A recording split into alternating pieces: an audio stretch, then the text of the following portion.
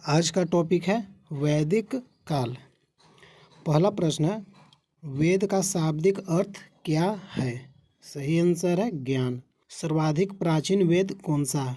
ऋग वेद। आर्य शब्द किसको इंगित करता है? श्रेष्ठ वंश को।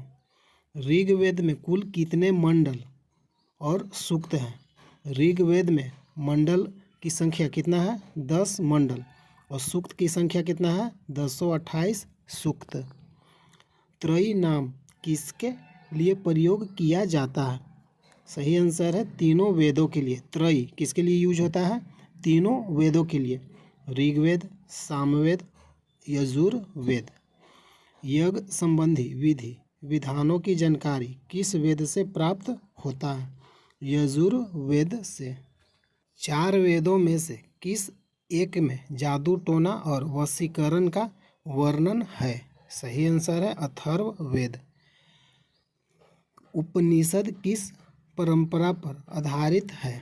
सही आंसर है भारतीय दर्शन परंपरा। ऋग्वेद का कौन सा मंडल पूर्णतः सोम देवता को समर्पित है? 9वां मंडल। अध्यात्म ज्ञान से संबंधित नचिकेता और यम का संवाद किस उपनिषद से प्राप्त होता है? कंठोपनिषद में। उपनिषद काल के राजा अश्वपति किस स्थान के शासक थे? केकई के। मोक्ष प्राप्ति के साधन की चर्चा किस वैदिक साहित्य में की गई है? उपनिषद से। वैदिक नदी अस्किनी की पहचान किस नदी के रूप में की जाती है? अस्किनी नदी। अस्किनी नदी का पहचान किस रूप में होता है? चिनाव नदी। आरंभिक वैदिक साहित्य में सर्वाधिक बार वर्णित नदी कौन सा है? सिंधु नदी। वैदिक काल में प्रयुक्त प्रमुख शब्द। आधुनिक नाम ये है, प्राचीन नाम।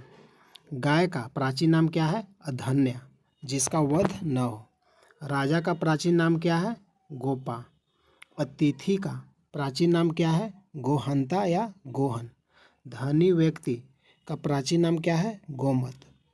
युद्ध का प्राचीन नाम क्या है? गविष्टि, गेसु या गम्य। पुत्री का प्राचीन नाम क्या है?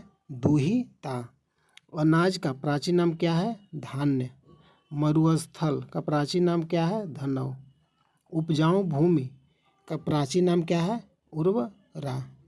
पशुचारण योग्य भूमि का नाम क्या है? खिल्य। हल से बनी नालियाँ को क्या कहते हैं? सीता।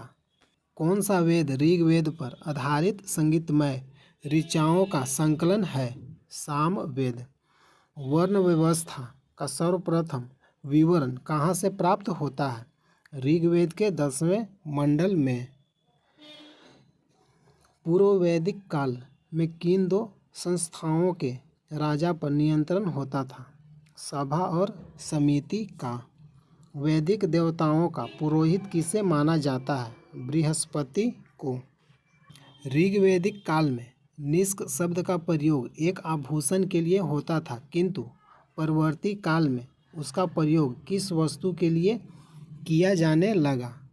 सिक्के के लिए। पुरुष मेघ प्रथा का उल्लेख किस ग्रंथ में मिलता है? शतपथ ब्राह्मण। ये है आपका वेद। ब्राह्मण, सूक्त, उपनिषद, आरण्यक, अज्ञेता, उपवेद। ऋग्वेद को ब्राह्मण में कौशिकीय या इतरेक कहा जाता है। ऋग्वेद का सूक्त कितना है? 228 मंत्र।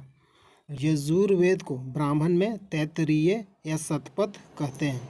सामवेद को ब्राह्मण में पंचविंश, इसे पांड्य ब्राह्मण भी कहते हैं।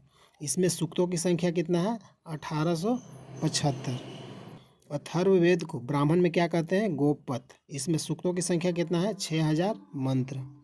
अगला फैक्ट है, पारसियों का ग्रंथ जिंद अवेस्था में किस अहुर मजदा का वर्णन मिलता है? वह असुरों का देवता है। ईरान से भारत में आर्यों के आने की सूचना किस अभिलेख से प्राप्त होती है? बोग जकोई अभिलेख।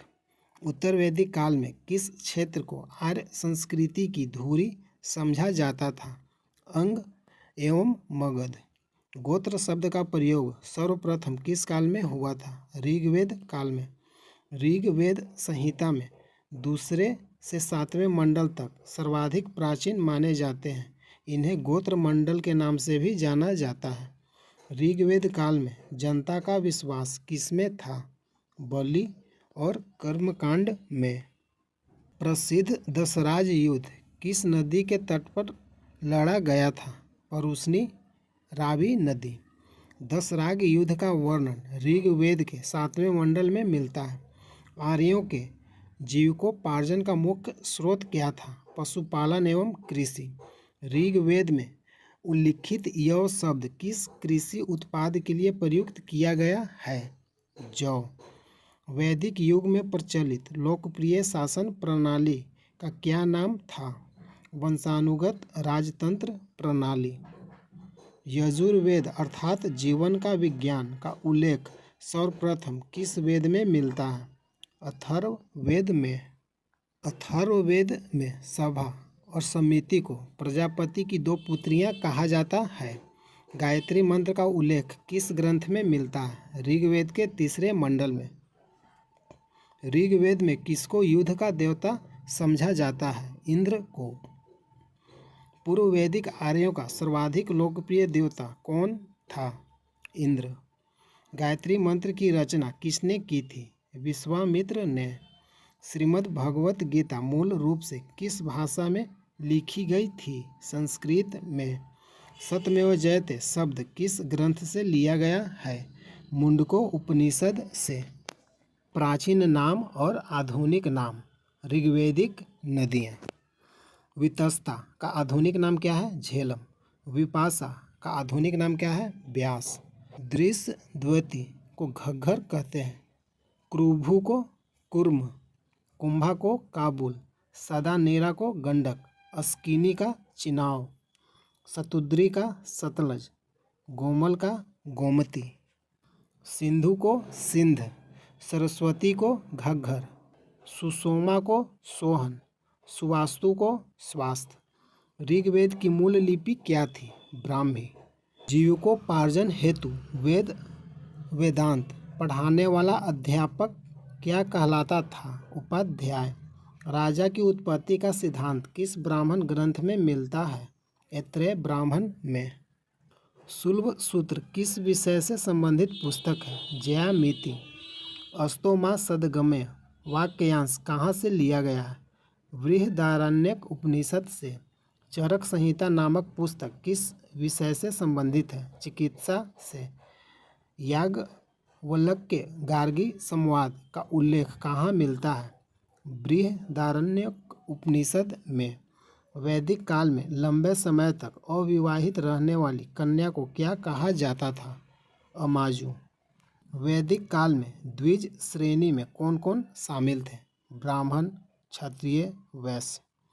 ऋग्वेद में सरस्वती नदी को सर्वाधिक पवित्र बताया गया है और इसे नदीत्मा और नदियों की माता की संज्ञा दी गई है।